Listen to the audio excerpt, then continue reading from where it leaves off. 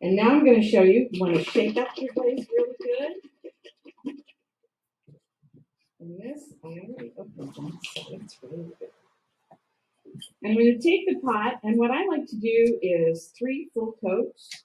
And I start and I go around with the first coat, and I'll just show you how much glaze I use. I use quite a bit. And this is on a bisque pot, and I float the glaze on and reload as I go. And I'm applying pretty thickly, and I just want to get the glaze on there. Because this is nice, moving, breaking glaze. And so the specifics of the brush strokes here are not as critical as letting it, I mean, it's all critical, but letting it dry in between each coat. As you can see, I reload my brush. There are a lot of different brushes you can use. My preference is this fan brush. And I'm loading it pretty good. And brushing the glaze on. That's the first coat. I'm going to set this over here and let it dry. And I happen to have some already ready to go. This one already has a coat on it, so now it's ready for its second coat. As you can see, the brush strokes go around and around here. And this time, I'm going to brush up and down. I'm going to tell you a little bit about the fact that I don't use wax resist when I'm brushing glaze on, because I can control it with my brush strokes. Now there's a little bit down here that I'll clean up with a sponge later. But this is the second coat, and I go up and down.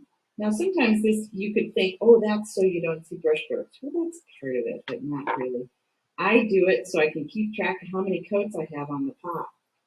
It's really important to let the coats dry between each application. All right, so now, ready for the third coat. And I understand this is liquid. Paint dry because it's kind of, but if you've got more than one pot going, it really doesn't take that long to get it to dry. Be patient. You'll have a better experience with your glaze if you're patient. And this is the third coat, so I'm going around as opposed to up and down. And now this is around here. And the recommendations on the labeling and on Amoco's website are really good. Good places to start. The recommendation is a bisque fire to 04, and I do a slow bisque fire to get everything ready to go before I paint my glazes on.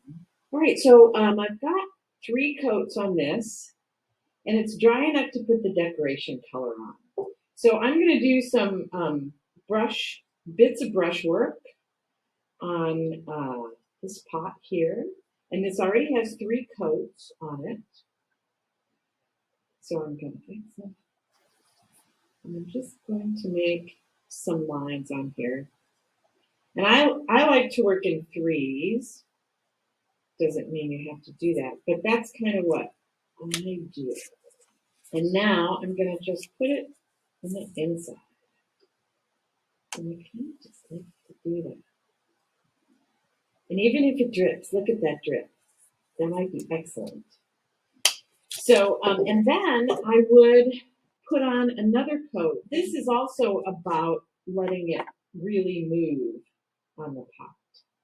So that's kind of it. And sometimes I connect these here on the rim. Now I have an underglaze applicator.